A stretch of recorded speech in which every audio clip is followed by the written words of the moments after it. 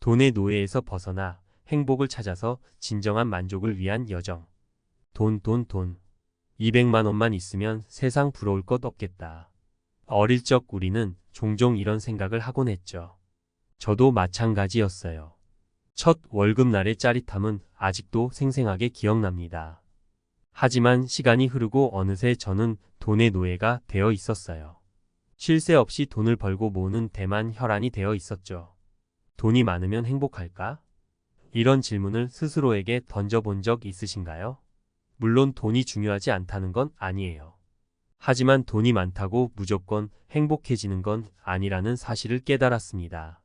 마치 맛있는 음식을 배불리 먹어도 더 이상 행복하지 않은 것처럼 돈도 어느 정도 이상 쌓이면 행복에 미치는 영향이 줄어들더라고요. 행복은 어디에서 오는 걸까요? 돈보다 더 중요한 가치가 있다는 걸 깨달았습니다. 바로 성장입니다. 돈을 버는 것도 중요하지만 진정한 행복은 자신을 성장시키는 데서 온다는 걸 알게 되었죠.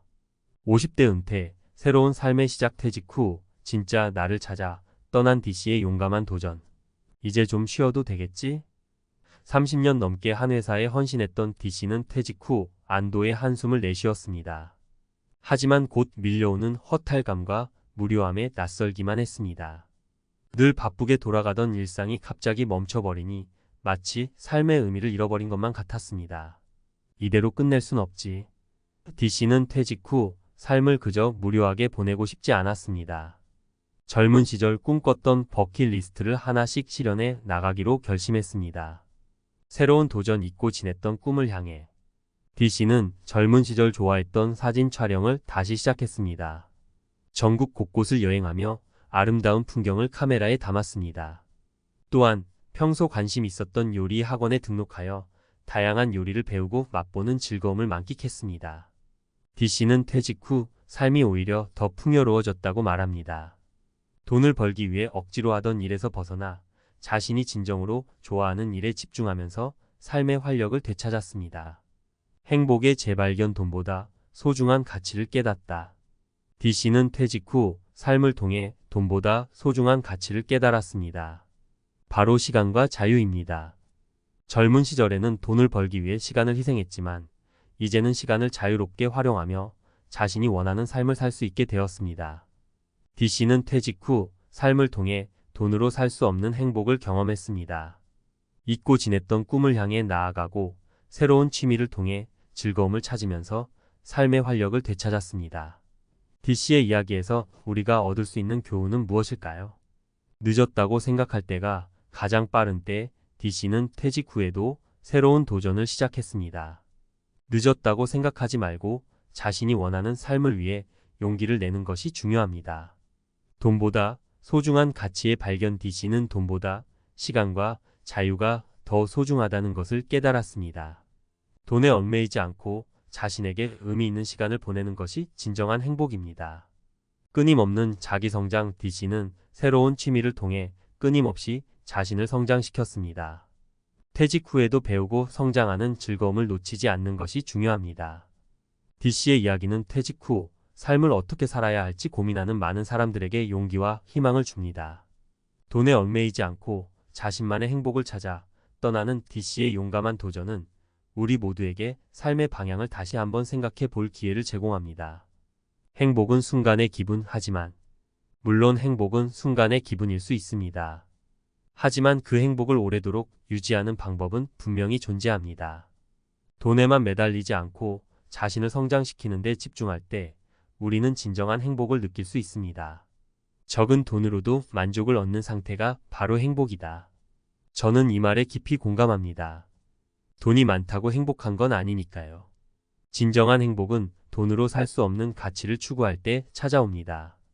행복, 과학으로 풀어보니 돈보다 중요한 행복의 비밀. 행복은 돈으로 살 수 없다는 말 많이 들어보셨죠? 뻔한 얘기 같지만 과학적으로도 증명된 사실이에요.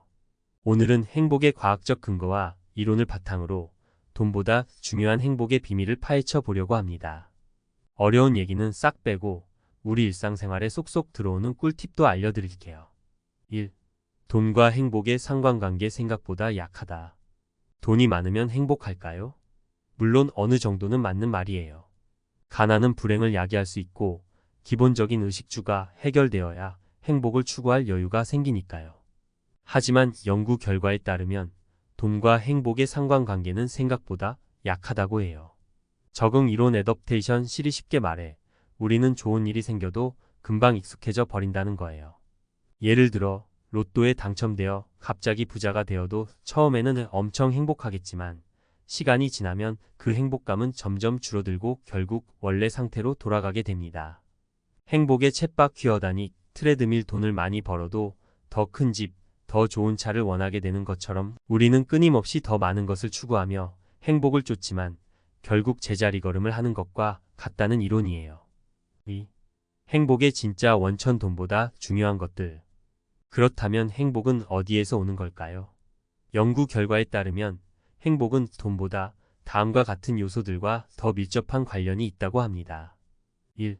사회적 관계 가족, 친구, 연인 등 사랑하는 사람들과의 관계는 행복에 가장 큰 영향을 미치는 요소 중 하나입니다. 함께 웃고 즐거운 시간을 보내는 것은 돈으로 살 수 없는 소중한 경험이죠. 2. 감사하는 마음 현재 가지고 있는 것에 감사하는 마음은 행복감을 높이는 데 효과적입니다. 매일 감사 일기를 쓰거나 작은 것에도 감사하는 연습을 해보세요. 3. 몰입 자신이 좋아하는 일에 푹 빠져 시간 가는 줄 모르는 경험. 다들 한 번쯤은 해보셨을 거예요. 이렇게 몰입하는 경험은 행복감을 증진시키고 삶의 만족도를 높여줍니다. 4. 베푸는 산 남을 돕고 베푸는 행동은 행복 호르몬인 옥시토신 분비를 촉진시켜 행복감을 높여줍니다. 봉사활동에 참여하거나 작은 친절을 베푸는 것만으로도 행복해질 수 있습니다. 5. 긍정적인 마음, 긍정적인 마음은 스트레스를 줄이고 행복감을 높이는 데 도움이 됩니다. 힘든 상황에서도 긍정적인 면을 찾으려고 노력하고 낙관적인 태도를 유지하는 것이 중요합니다. 3. 행복을 위한 꿀팁 일상에서 실천하는 행복 연습. 행복은 멀리 있는 것이 아니라 우리 일상 속에서 찾을 수 있습니다. 다음 꿀팁들을 실천하며 행복을 연습해 보세요. 1. 소중한 사람들과 시간 보내기 가족, 친구들과 함께 식사를 하거나 영화를 보거나 여행을 떠나보세요. 함께 웃고 즐거운 시간을 보내는 것은 돈으로 살 수 없는 소중한 경험입니다. 2. 감사 일기 쓰기 매일 감사한 일 3가지를 적어보세요. 작은 것에도 감사하는 마음을 가지면 행복감이 높아집니다. 3. 좋아하는 취미 즐기기 몰입할 수 있는 취미 활동을 찾아 즐겨보세요. 그림 그리기, 악기 연주, 운동 등 무엇이든 좋습니다. 4. 봉사활동 참여하기 남을 돕는 행동은 자신에게도 행복을 가져다 줍니다. 봉사활동에 참여하여 따뜻한 마음을 나눠보세요. 5. 긍정적인 말, 사용하기 부정적인 말 대신 긍정적인 말을 사용해 보세요. 힘들다 대신 할 수 있다라고 말하는 것만으로도 마음가짐이 달라집니다. 추천 도서 행복에 대한 더 깊은 이해를 위해 행복의 기원 서은국 행복의 진화론적 기원과 심리학적 메커니즘을 흥미롭게 풀어낸 책입니다. 행복의 본질에 대한 통찰을 얻을 수 있습니다. 플로우 미아이 칙센트 미아이 몰입 경험의 중요성을 강조하며 행복한 삶을 위한 실질적인 조언을 제공하는 책입니다. 해피어 탈벤 샤하르 행복을 위한 긍정 심리학의 다양한 연구 결과와 실천 방법을 소개하는 책입니다. 행복은 멀리 있는 것이 아니라 우리 일상 속에 숨어 있습니다. 돈보다 중요한 행복의 비밀을 깨닫고 오늘부터 행복을 연습해 보세요. 작은 변화들이 모여 당신의 삶을 더욱 행복하게 만들어줄 것입니다. 돈으로 살 수 없는 행복, 과학이 말하는 진짜 행복의 비밀. 돈이면 다 되지. 현대 사회를 살아가는 우리는 돈의 위력을 실감하며 살아갑니다. 맛있는 음식, 멋진 옷, 꿈에 그리던 여행까지 돈이 있으면 누릴 수 있는 것들이 참 많죠. 그래서 우리는 더 많은 돈을 벌기 위해 밤낮 없이 일하고 때로는 건강까지 희생하기도 합니다. 하지만 돈이 많다고 무조건 행복할까요? 과연 돈으로 행복을 살 수 있을까요? 돈과 행복의 복잡한 관계. 물론 돈이 중요하지 않다는 건 아닙니다. 돈은 우리 삶에 꼭 필요한 존재이며 기본적인 의식주를 해결하고 안정적인 삶을 유지하는 데 필수적입니다. 돈이 부족하면 불안감과 스트레스를 느끼게 되고 행복을 추구하기 어려워지는 것도 사실입니다. 하지만 돈이 어느 정도 이상 쌓이면 돈과 행복의 상관관계는 점점 약해집니다. 맛있는 음식을 배불리 먹어도 더 이상 행복하지 않은 것처럼 돈도 어느 정도 이상 쌓이면 행복에 미치는 영향력이 줄어들게 됩니다. 이는 과학적으로도 증명된 사실입니다. 적응 이론 애덕테이션 시리에 따르면 우리는 좋은 일이 생겨도 금방 익숙해져 버립니다. 예를 들어 로또에 당첨되어 갑자기 부자가 되어도 처음에는 엄청난 행복감을 느끼겠지만 시간이 지날수록 그 행복감은 점점 줄어들고 결국 원래 상태로 돌아가게 됩니다. 행복의 쳇바퀴 기어다니 트레드밀 이론은 돈을 많이 벌어도 더 큰 집, 더 좋은 차를 원하게 되는 것처럼 우리는 끊임없이 더 많은 것을 추구하며 행복을 쫓지만 결국 제자리 걸음을 하는 것과 같다고 말합니다. 행복의 진짜 원천 돈으로 살 수 없는 것들. 그렇다면 진정한 행복은 어디에서 오는 걸까요?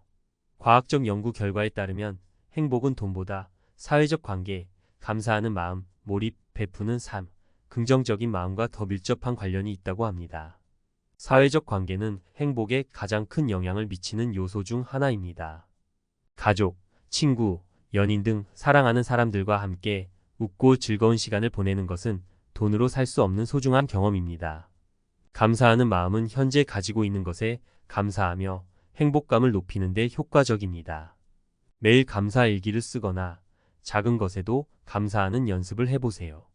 몰입은 자신이 좋아하는 일에 푹 빠져 시간 가는 줄 모르는 경험입니다. 이러한 몰입 경험은 행복감을 증진시키고 삶의 만족도를 높여줍니다. 베푸는 삶은 행복 호르몬인 옥시토신 분비를 촉진시켜 행복감을 높여줍니다. 봉사활동에 참여하거나 작은 친절을 베푸는 것만으로도 행복해질 수 있습니다. 긍정적인 마음은 스트레스를 줄이고 행복감을 높이는 데 도움이 됩니다. 힘든 상황에서도 긍정적인 면을 찾으려고 노력하고 낙관적인 태도를 유지하는 것이 중요합니다. 행복을 위한 작은 실천 일상 속 행복 찾기. 행복은 멀리 있는 것이 아니라 우리 일상 속에 숨어 있습니다. 다음과 같은 작은 실천들을 통해 행복을 연습해 보세요. 소중한 사람들과 시간 보내기 가족, 친구들과 함께 식사를 하거나 영화를 보거나 여행을 떠나보세요. 함께 웃고 즐거운 시간을 보내는 것은 돈으로 살 수 없는 소중한 경험입니다. 감사 일기 쓰기 매일 감사한 일 3가지를 적어보세요. 작은 것에도 감사하는 마음을 가지면 행복감이 높아집니다. 좋아하는 취미 즐기기 몰입할 수 있는 취미 활동을 찾아 즐겨보세요. 그림 그리기, 악기 연주, 운동 등 무엇이든 좋습니다. 봉사활동 참여하기, 남을 돕는 행동은 자신에게도 행복을 가져다 줍니다. 봉사활동에 참여하여 따뜻한 마음을 나눠보세요. 긍정적인 말 사용하기, 부정적인 말 대신 긍정적인 말을 사용해 보세요. 힘들다 대신 할 수 있다라고 말하는 것만으로도 마음가짐이 달라집니다. 행복, 당신의 선택입니다. 행복은 멀리 있는 것이 아니라 우리 안에 있습니다. 돈보다 소중한 가치를 깨닫고 작은 실천들을 통해 행복을 연습해 보세요. 행복은 당신의 선택입니다. 은퇴 후 560대가 피해야 할 5가지 실수. 평온한 노후를 위한 필수 지침. 많은 분들이 은퇴 후 인생을 어떻게 보낼지 걱정합니다. 일도 끝나고 자녀들은 독립해 나가고 여유로운 시간을 보내고 싶은 마음이 크겠지만 현실은 그렇지 않죠. 은퇴 후 경제적 불안, 외로움, 건강 문제 등 많은 고민이 찾아옵니다. 그 가운데 몇 가지 치명적인 실수만 피한다면 평온하고 만족스러운 노후 생활을 보낼 수 있을 거예요. 오늘은 은퇴 후 560대가 피해야 할 5가지 실수에 대해 이야기해 볼게요. 사례도 들어 설명드리니 좀 더 쉽게 공감하실 수 있을 겁니다. 1. 돈 관리에 무관심해지기. 많은 사람들이 직장 생활을 끝내고 나면 일종의 해방감을 느낍니다. 당장 일하지 않아도 된다 생각하니 안도감이 드는 거죠. 그러나 은퇴 후에도 돈은 반드시 필요합니다. 지출이 더 적어질 거라는 기대와 달리 생각보다 돈이 많이 들 수 있어요. 특히 건강 문제가 생기면 치료비가 예상보다 훨씬 많이 들 수 있죠. 사례 1. 김씨 62세는 은퇴 후 연금이 충분하다는 생각에 돈 관리에 소홀해졌습니다. 큰 돈이 필요할 거라는 생각을 하지 않았고 여유롭게 살 수 있을 거라고 믿었죠. 그러나 갑작스러운 질병으로 병원비가 많이 들면서 연금만으로 생활하기가 힘들어졌습니다. 결국 노후 자산을 깎아먹게 되어 재정적인 스트레스를 겪고 있어요. 해결책 은퇴 후에도 꾸준한 재정 관리가 필요합니다. 소득이 줄어들어도 지출을 계획적으로 관리해야 하며 예상치 못한 상황에 대비해 비상금을 확보해 두는 것이 좋습니다. 특히 건강 문제는 누구에게나 찾아올 수 있으니 의료비를 대비한 별도의 자금 마련이 필수적입니다. 2. 사회적 관계를 단절하기. 직장을 떠나면서 많은 사람들이 인간관계를 자연스럽게 줄이게 됩니다. 특히 직장 동료들과의 관계는 더 이상 직장이라는 공통점이 없어지면서 소원해지기 쉽습니다. 그러나 은퇴 후에도 활발한 사회적 관계는 정신적, 육체적 건강에 큰 영향을 미칩니다. 외로움은 우울증, 불안감으로 이어질 수 있으며 이는 건강에도 해로운 영향을 미칠 수 있습니다. 사례 이 박씨 58세는 은퇴 후에 이제는 혼자만의 시간을 가지며 여유롭게 지내야지라는 생각으로 지인들과의 연락을 점점 끊었습니다. 처음엔 혼자서도 괜찮다고 느꼈지만 시간이 지날수록 외로움이 깊어졌고 결국 우울증까지 겪게 되었죠. 외로움과 건강 문제로 병원을 자주 가게 되면서 오히려 더 큰 스트레스를 받았습니다. 해결책 은퇴 후에도 꾸준히 사회적 관계를 유지하고 새로운 사람들을 만날 기회를 찾는 것이 중요합니다. 취미활동, 자원봉사, 지역 커뮤니티 모임 등에 참여해 사람들과 교류하는 것은 정신적 건강뿐 아니라 신체적 건강에도 도움이 됩니다. 새로운 취미를 배우면서 자기 개발을 하는 것도 좋은 방법입니다. 3. 자녀에게 과도하게 의지하기. 은퇴 후에는 자녀에게 경제적이거나 정서적으로 의지하는 경우가 많습니다. 물론 자녀와 가까운 관계를 유지하는 것은 좋지만 그 의존도가 지나치면 문제를 일으킬 수 있습니다. 특히 자녀들에게 과도한 기대를 하거나 그들이 대신 문제를 해결해 줄 것이라는 생각은 큰 실수입니다. 사례 3이씨 65세는 은퇴 후 자신이 겪는 재정적 문제를 해결해 줄 사람이 자녀라고 생각했습니다. 자녀들이 나이가 들면 자신을 도와줄 거라 믿었지만 자녀들도 각자의 가정이 생기고 경제적으로 부담이 커지면서 부모를 돌볼 여력이 없었습니다. 이 씨는 결국 자녀에게 실망하게 되었고 관계도 멀어지게 됐죠. 해결책 자녀에게 의지하기보다는 스스로 독립적으로 살아갈 수 있는 방법을 모색하는 것이 좋습니다. 자녀와의 관계는 정서적으로 지지해주는 것이 중요하지만 경제적인 부분은 각자 독립적으로 해결해야 합니다. 또 자녀에게 지나친 기대를 하기보다는 자신의 문제를 스스로 해결하는 책임감을 가져야 합니다. 4. 건강관리에 소홀하기. 은퇴 후 가장 흔하게 저지르는 실수 중 하나는 건강관리를 소홀히 하는 것입니다. 일하면서 바쁘게 살다가 은퇴 후에는 편하게 쉬고 싶은 마음이 들 수 있지만 건강은 유지하는 것이 아니라 더욱 신경 써야 하는 시기입니다. 특히 중장년층은 만성질환의 위험이 커지기 때문에 꾸준한 운동과 정기적인 건강검진이 필수입니다. 해결책 운동과 건강관리는 은퇴 후에도 생활의 중요한 일부분이 되어야 합니다. 걷기, 스트레칭, 수영 등 가벼운 운동부터 시작해서 꾸준히 건강을 지키는 습관을 가져야 합니다. 특히 정기적인 건강검진을 통해 자신의 상태를 점검하고 필요한 치료를 조기에 받는 것이 중요합니다. 5. 너무 빠르게 은퇴 후 생활 적응하려고 하기. 많은 분들이 은퇴 후 빠르게 새로운 생활 패턴을 찾으려 하다 보니 무리하게 계획을 세우거나 자신을 압박하는 경우가 많습니다. 은퇴는 인생의 새로운 장으로 이제는 쉬면서 천천히 자신의 새로운 일상에 적응할 시간이 필요합니다. 너무 서두르다 보면 스트레스를 받을 수 있고 그 스트레스는 건강과 행복에도 악영향을 미칩니다. 해결책 은퇴 후 새로운 생활에 적응하는 데는 시간이 필요합니다. 은퇴 직후에는 천천히 자신에게 맞는 라이프 스타일을 찾아가는 것이 중요합니다. 처음부터 모든 것을 완벽하게 계획하려고 하지 말고 여유를 가지고 차근차근 적응해 나가는 것이 좋습니다. 마무리 평온한 노후를 위한 현명한 선택. 은퇴 후 인생은 새로운 시작입니다. 그동안 열심히 일해온 스스로에게 보상을 주면서도 자신을 돌보는 것을 잊지 않아야 하죠. 돈 관리, 사회적 관계 유지, 건강 관리 등은 모두 노후의 질을 결정짓는 중요한 요소들입니다. 오늘 이야기한 5가지 실수를 피하고 현명한 선택을 한다면 평온하고 만족스러운 은퇴 생활을 보낼 수 있을 겁니다.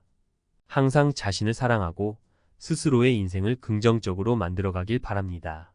위에서 말씀드린 5가지 실수를 피하는 것 외에도 은퇴 후 노후 생활을 더욱 풍요롭게 만들 수 있는 방법들이 있습니다.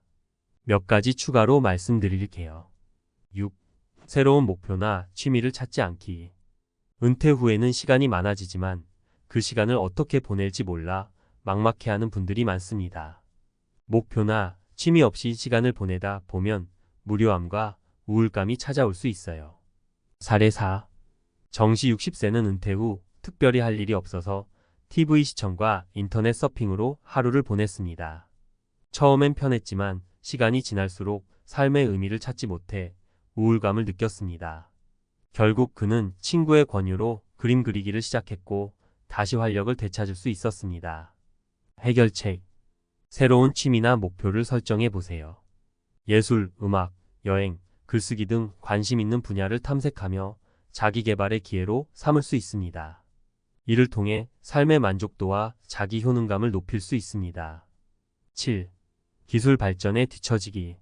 현대 사회는 빠르게 변화하고 있으며 특히 기술 분야에서는 더욱 그렇습니다.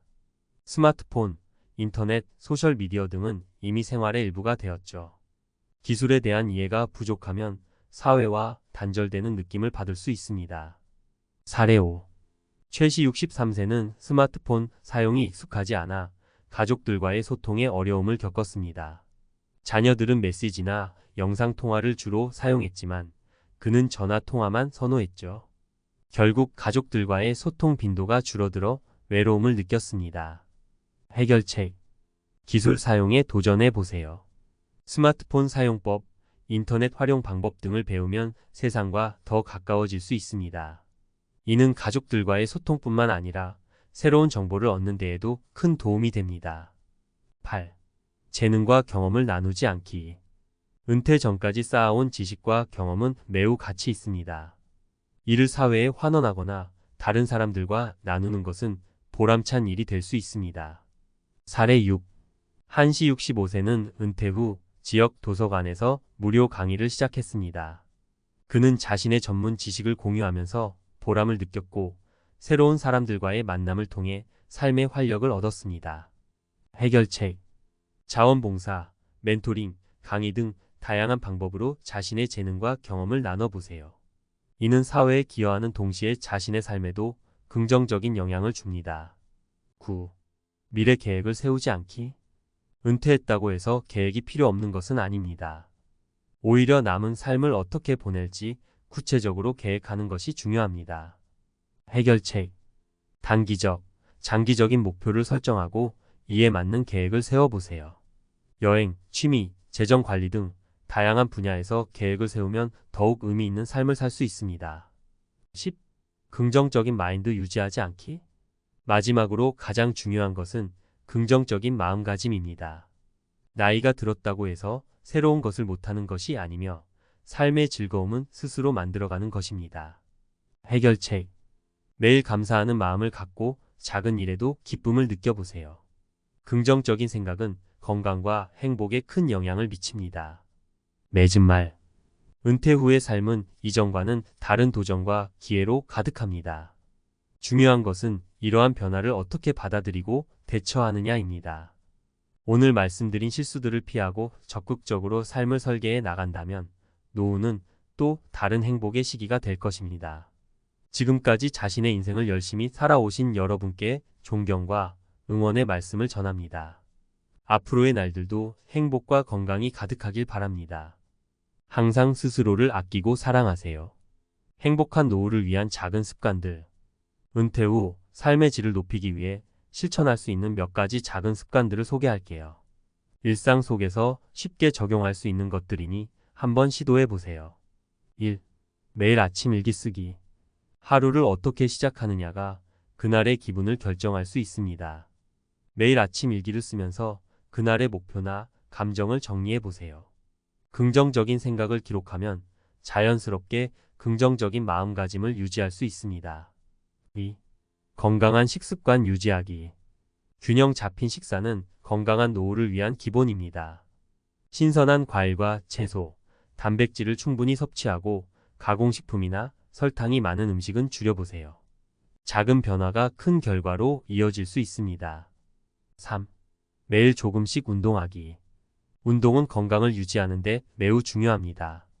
가벼운 산책이나 요가, 스트레칭 등 자신에게 맞는 운동을 매일 조금씩 실천해 보세요. 규칙적인 운동은 신체 건강뿐만 아니라 정신 건강에도 긍정적인 영향을 미칩니다. 4. 새로운 경험에 도전하기. 은퇴 후 새로운 경험을 쌓는 것은 삶의 활력을 불어넣습니다. 새로운 언어 배우기, 악기 연주, 요리 클래스 등 다양한 활동에 도전해 보세요. 이러한 경험은 새로운 친구를 만들고 삶의 재미를 더해줍니다. 5. 감사의 마음 표현하기.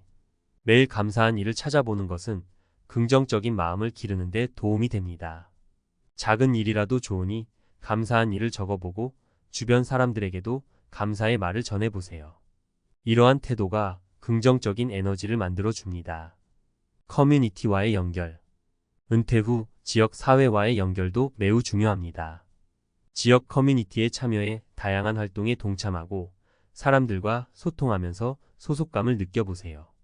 이는 고립감을 줄이고 새로운 친구를 만나는 좋은 기회가 될 것입니다. 스스로의 가치 발견하기.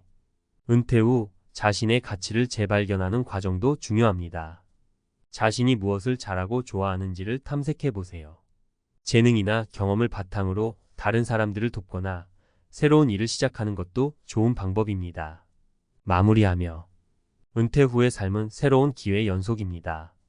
때로는 불안하거나 두려운 감정이 들 수 있지만 긍정적인 마음가짐과 적극적인 태도로 이겨낼 수 있습니다. 삶을 보다 풍요롭게 만들기 위해 작은 습관들을 실천하고 새로운 도전에 두려워하지 마세요. 이제 여러분은 자신만의 행복한 노후를 위한 길을 열어갈 준비가 되어 있습니다. 스스로를 사랑하고 매일을 소중히 여기며 즐길 수 있기를 바랍니다. 앞으로의 시간들이 여러분에게 의미 있고 행복한 순간들로 가득하길 기원합니다. 퇴직 후 택시기사로 성공하는 방법, 새로운 출발을 위한 실질적인 가이드. 퇴직 후의 삶은 누구나 한 번쯤 고민하게 되는 주제죠. 은퇴를 하면 이제 남은 인생을 어떻게 살아야 할지 막막할 수밖에 없어요. 젊은 시절 직장에서 쌓은 경험은 많지만 갑자기 일자리를 잃고 나면 새로운 도전을 하는 것이 두렵기도 하고 무엇보다도 경제적인 문제가 가장 큰 걱정거리죠. 그래서 퇴직 후 새로운 일자리를 찾는 방법 중 하나로 택시기사를 생각하는 분들이 많습니다. 이번 글에서는 퇴직 후 택시기사를 시작할 때 알아야 할 실질적인 정보와 3가지 사례를 통해 그 가능성을 설득력 있게 설명해 드리겠습니다. 1. 안정적인 수입을 얻는 현실적인 방법. 퇴직 후 안정적인 수입을 원하는 분들께 택시기사는 꽤나 매력적인 선택이 될 수 있습니다. 특히 규칙적인 근무 시간이 아닌 내가 원하는 시간에 일을 할 수 있다는 점에서 많은 은퇴자들이 택시 운전을 선택하고 있죠. 택시기사로서의 삶은 처음에는 낯설고 어렵게 느껴질 수 있지만 점차 안정적인 수입을 얻을 수 있다는 장점이 있습니다. 사례 1. 김씨는 60세에 은퇴 후 택시기사를 시작했습니다. 직장에서 퇴직금을 받았지만 매달 생활비가 빠듯한 상황이었죠. 그래서 김씨는 오랜 고민 끝에 택시 운전을 배우기로 결심했습니다. 김씨는 처음에는 하루에 56시간씩 일하며 적응하는 시간을 가졌고 현재는 하루 8시간씩 일하면서 한 달에 200만 원 이상의 수입을 올리고 있습니다. 그는 택시기사는 내가 원하는 시간에 일할 수 있어서 다른 일에 비해 스트레스가 덜하고 퇴직 후에도 안정적인 수입을 얻을 수 있어 만족스럽다고 말했습니다. 2. 사회적 교류와 건강을 동시에 챙기는 방법. 퇴직 후 은둔 생활을 하며 사회적 고립을 경험하는 분들이 많습니다. 하지만 택시기사를 선택하면 사회적 교류와 함께 건강도 챙길 수 있습니다.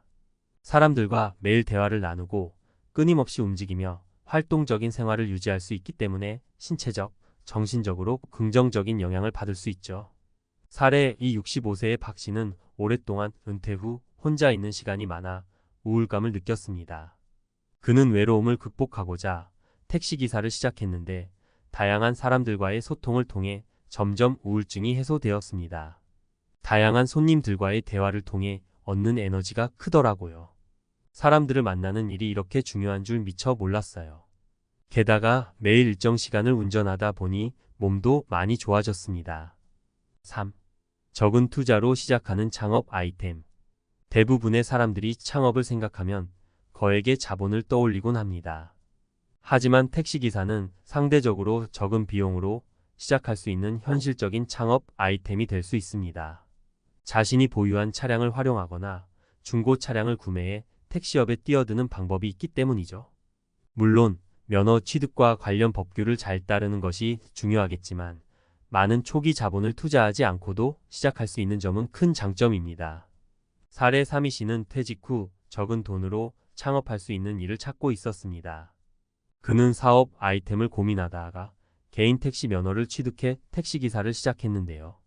중고차를 구입해 택시로 등록했고 사업 초기 비용은 적게 들었지만 매달 일정한 수입을 얻을 수 있었습니다.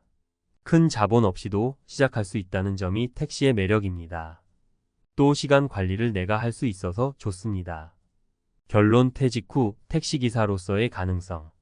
퇴직 후 새로운 직업을 찾는다는 것은 쉽지 않은 일입니다. 하지만 택시기사는 안정적인 수입, 사회적 교류, 건강 유지, 적은 투자 비용 등 다양한 장점을 가지고 있습니다. 세 가지 사례에서 보듯이 퇴직 후 택시기사를 선택한 사람들은 경제적으로나 정서적으로 긍정적인 결과를 얻고 있습니다. 물론 모든 직업이 그렇듯이 단점도 있지만 퇴직 후에도 경제적 자립과 건강한 생활을 유지할 수 있는 방법으로 택시기사는 충분히 고려해 볼 만한 선택입니다. 당신도 퇴직 후 택시기사를 통해 새로운 인생의 시작을 만들어 볼 수 있을 겁니다. 퇴직 후 택시기사, 성공을 위한 5가지 핵심 전략. 퇴직 후에 새로운 직업을 찾는 일은 많은 은퇴자들에게 큰 도전이 됩니다. 인생의 새로운 국면을 맞이할 때 어떤 사람들은 택시기사를 선택합니다. 택시 운전은 상대적으로 낮은 진입장벽, 유연한 근무시간, 그리고 지속적인 수입이라는 장점이 있죠.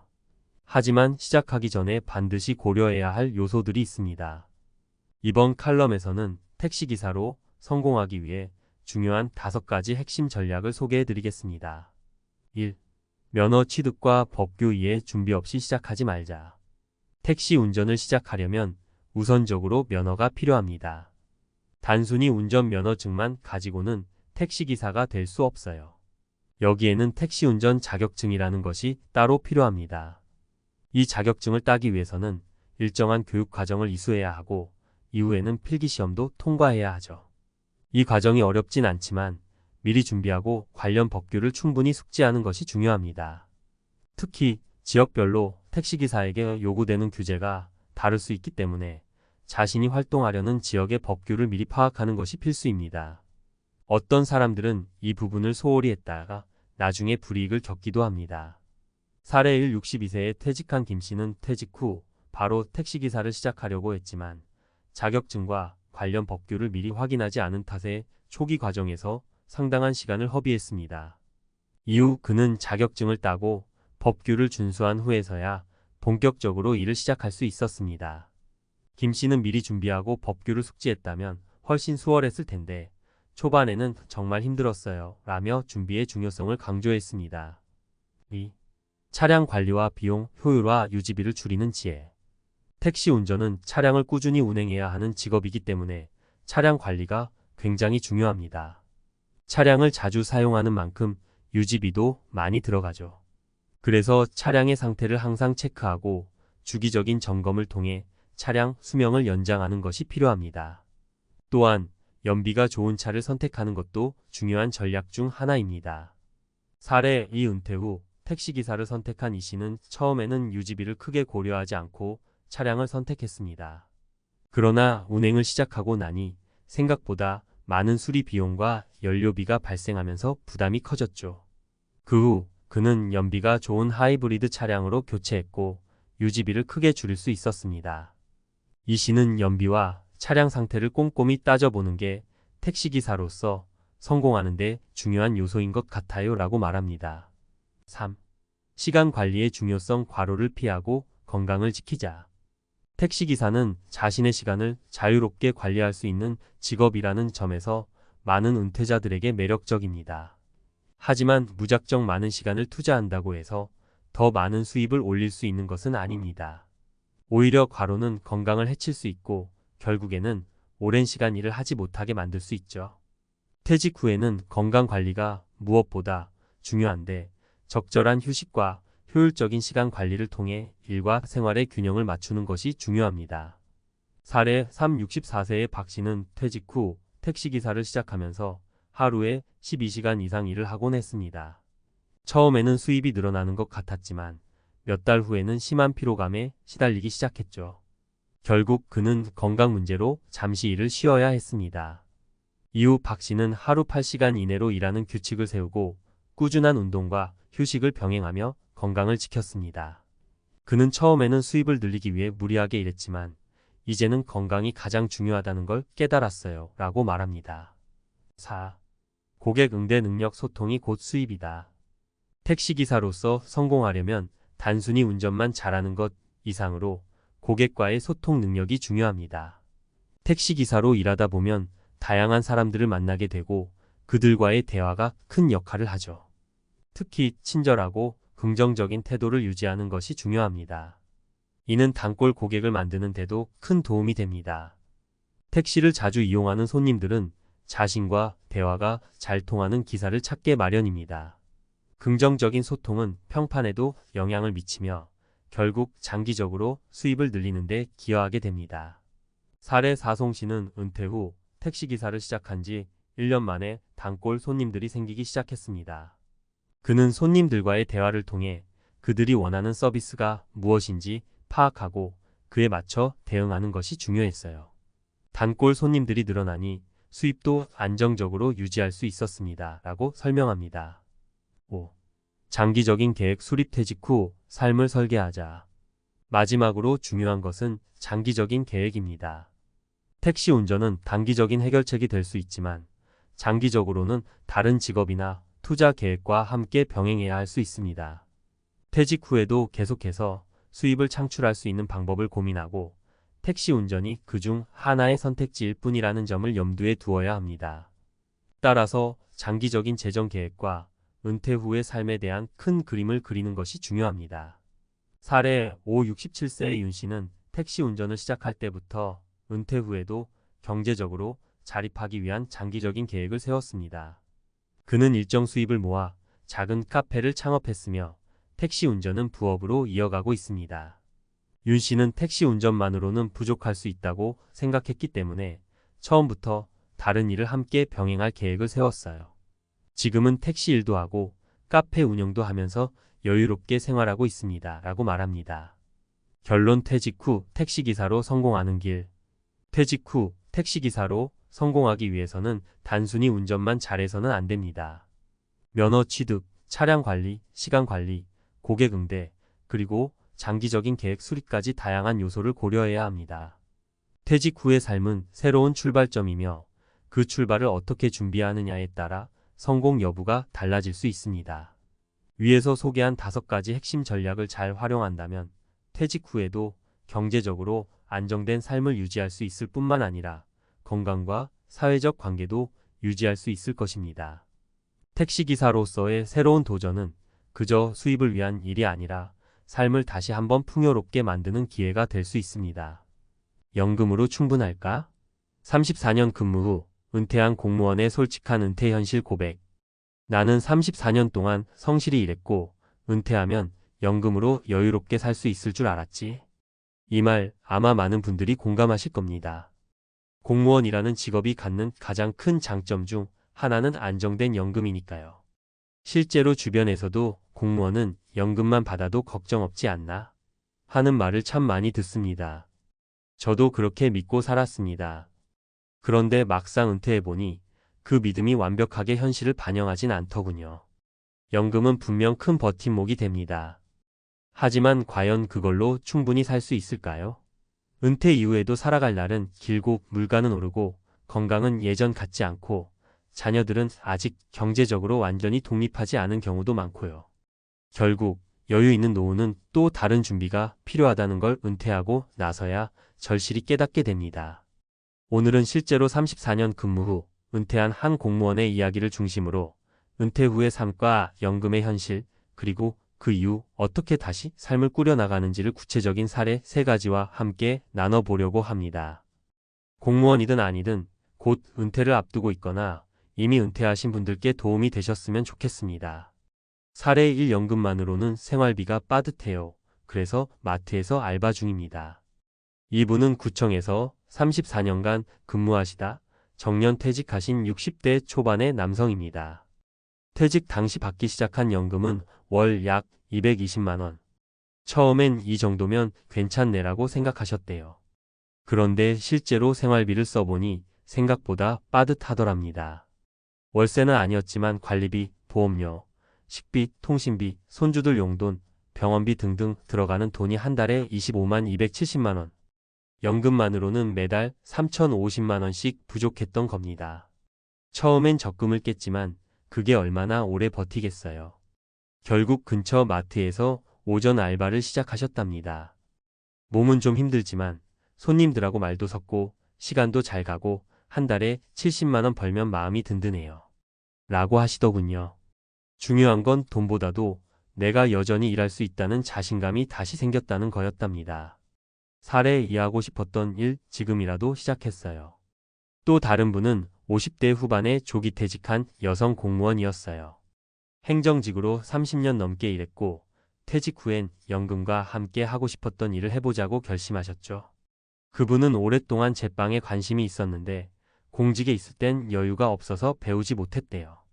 그래서 퇴직 후 바로 제과제빵 자격증을 따고 소형 오븐 하나 들여와서 동네 아이들과 엄마들 대상으로 쿠킹 클래스를 시작하셨어요.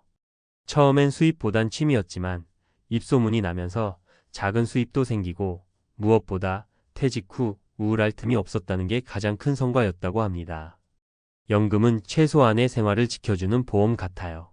그런데 나 자신을 다시 움직이게 한 건 꿈이었어요. 이 말이 정말 인상 깊었습니다. 단지 생계를 넘어서 은퇴 후 나다운 삶을 다시 설계하신 거죠. 사례 3 아내가 아프고 나서야 정신이 번쩍 들었습니다. 세 번째 사례는 조금 무거운 이야기예요. 이분은 정년퇴직 후에도 여유 있는 생활을 누리셨던 공무원 출신이었습니다. 연금도 많았고 퇴직금도 크게 받아서 여행도 자주 다니셨고요. 그런데 어느 날 아내분이 쓰러지셨고 간병과 병원비가 생각보다 훨씬 많이 들기 시작했습니다. 장기 요양보험만으로는 감당이 안 됐고 결국 모아뒀던 자금이 빠르게 소진되기 시작했죠. 그땐 정말 무서웠어요. 평생 모은 돈이 눈 깜짝할 사이에 사라질 줄은 몰랐거든요. 결국 이분은 은퇴 후 3년 만에 다시 일자리를 구하게 됐고 현재는 공공기관에서 계약직으로 일하고 계십니다. 이 사례는 단순히 연금의 액수 문제가 아니라 변수에 대한 대비가 얼마나 중요한지를 보여줍니다. 아무리 준비를 잘했더라도 예상치 못한 일이 생기면 흔들리는 건 순식간이더라고요. 은퇴 후 삶을 위한 3가지 조언. 이 3가지 사례에서 우리가 배울 수 있는 건 분명합니다. 연금은 충분하지 않을 수 있다. 그리고 은퇴 후 삶도 철저히 준비해야 한다. 가계부를 다시 짜세요. 은퇴 후 생활비 구조는 현역 시절과 다릅니다. 매달 들어오는 고정 수입과 지출을 다시 정리해보는 것, 이것부터 시작해야 해요. 할 수 있는 일을 지금부터 찾아보세요. 꼭 정규직이 아니어도 좋습니다. 단기 알바, 재능 기부, 자격증 활용 등 여러 길이 있어요. 중요한 건 나의 노후 생산성을 유지하는 거예요. 예상치 못한 의료비나 가족 변수에 대비하세요. 실손보험, 요양준비, 주거비 절감, 자녀 지원 계획 등은 아주 구체적으로 짜야 합니다. 마무리하며 34년을 성실하게 살아온 사람조차 은퇴 후 삶이 만만치 않다는 걸 몸소 체험하고 있습니다. 연금만으론 충분하지 않다는 말이 단순히 겁주는 얘기가 아니라 실제 삶 속에서 부딪히는 문제라는 걸 기억하셔야 해요. 하지만 좌절할 필요는 없습니다. 연금은 삶을 지켜주는 기본 틀일 뿐이고 그 위에 어떤 삶을 그려갈지는 우리에게 달려 있습니다. 지금부터라도 준비하면 늦지 않습니다. 그리고 무엇보다 중요한 건 은퇴 후에도 나만의 이유로 살아갈 수 있는 삶을 만드는 일 아닐까요? 여러분은 어떤 은퇴 이유를 꿈꾸고 계신가요? 연금으로 충분할까? 그 이후 은퇴 후 삶을 지키는 3가지 실전 전략. 앞서 말씀드린 것처럼 공무원 연금이든 국민연금이든 기본적인 노후 생활비의 버팀목이 되는 건 맞습니다. 하지만 시대가 변했어요. 물가도, 수명도, 생활 패턴도 10년 전과는 완전히 다르죠. 요즘은 100세 시대가 아니라 120세 시대를 준비해야 한다는 말까지 나올 정도니까요. 그래서 오늘은 그럼 도대체 어떻게 준비해야 하냐는 질문에 현실적으로 답해 볼게요. 첫 번째 전략, 고정비 줄이기가 진짜 재테크다. 은퇴 후엔 월급이 없습니다. 정해진 연금과 소득 안에서 살아야 하죠. 이때 가장 큰 복병은 바로 고정비 지출이에요. 대표적인 게 주거비, 통신비, 보험료, 자동차 유지비 같은 것들이죠. 한 예로 은퇴 직전까지 아파트 대출을 끌어안고 있다가 퇴직 후에도 계속 갚아야 한다면 연금에서 대출이자 빠지고 나면 남는 게 거의 없어요.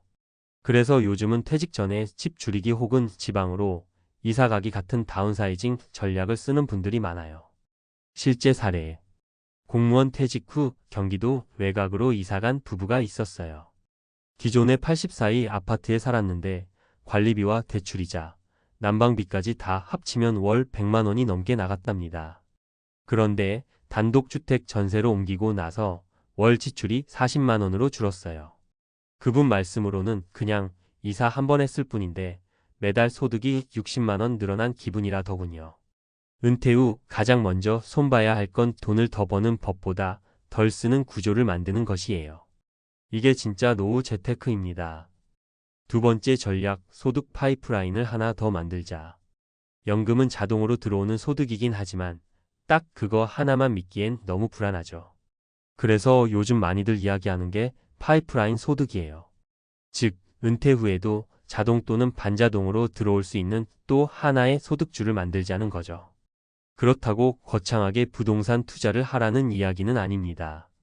오히려 요즘은 소액 유튜브 수익, 블로그 글쓰기, 재능 강의, 동네 쿠킹 클래스, 작은 온라인 쇼핑몰 등으로 월 3,050만 원의 부수입을 만드는 분들이 많아요. 실제 사례. 실제로 34년 공직 생활을 마친 어떤 분은 퇴직 후 유튜브를 시작했습니다. 공무원으로서 쌓은 행정 노하우를 정리해 짧은 영상으로 올리기 시작했어요. 처음엔 조회수도 없고 재미도 없었지만 꾸준히 하다 보니 구독자도 늘고 한 달에 2,030만 원씩 수익이 생겼어요. 이게 뭐 대단한 돈이냐고 생각하실 수 있지만 이분 말씀으론 그냥 커피 마시듯 취미처럼 하는 건데 매달 수입이 생기니 내가 은퇴한 게 아니라 전직한 기분이래요. 그리고 중요한 건 돈보다도 자존감이란 말이 가슴에 꽂혔습니다. 세 번째 전략, 건강은 곧 자산이다. 정말 중요한 이야기입니다. 은퇴 후의 삶은 결국 건강이 버텨줘야 가능합니다. 어떤 분은 이렇게 얘기해요. 은퇴 후 연금도 있고 시간도 많은데 무릎이 아파서 어디 못 가고 혈압이 높아서 먹는 것도 조심해야 돼. 자유는 있는데 몸이 안 따라주니 다 소용없어. 은퇴 전에 특히 50대 후반부터 60대 초반 사이는 반드시 운동 습관, 식습관, 수면 리듬을 다 잡아놔야 합니다. 이게 진짜 노후 보험이에요. 그리고 건강이 따라줘야 어떤 재취업이든 부업이든 창업이든 할 수 있잖아요. 실제 사례. 지방 공무원으로 정년 퇴직한 분이 계셨는데 퇴직 후 갑자기 걷는 게 불편해졌다고 합니다. 무릎 관절염이 본격화된 거죠. 그러다 병원에선 무릎 수술을 권하고 재활까지 몇 달. 이 과정에서 병원비, 교통비, 간병비까지 합쳐 수백만 원이 순식간에 나갔습니다. 게다가 그 사이 알바도 못하고 집 밖 외출도 줄고 우울감도 찾아왔다고 해요. 결국 이분은 그때서야 건강이 진짜 자산이라는 걸 절감하게 되었고 재활 후 지금은 하루에 만보 걷기를 실천하며 건강 관련 유튜브까지 시작했다고 합니다. 늦었지만 다시 시작했다며 지금은 그 누구보다 건강하고 활기찬 노후를 살고 계세요. 마무리하며 정리해 볼게요. 연금은 생활의 기본이지만 여유를 보장하지는 않습니다. 은퇴 후에도 소득이 생기는 구조를 하나 더 만들 수 있다면 삶의 안정감이 달라집니다. 그리고 무엇보다 건강이 있어야 연금도 여행도 일도 가능한 겁니다. 공무원이든 회사원이든 자영업자든 마찬가지예요. 지금부터라도 하나씩 준비하면 은퇴 후의 삶은 충분히 달라질 수 있습니다. 그리고 마지막으로 이 말을 꼭 드리고 싶어요. 연금으로 충분할까? 라는 질문보다 나는 어떤 삶을 원하는가? 라는 질문을 먼저 던져보세요. 그 답을 찾고 나면 준비는 그리 어렵지 않을 겁니다.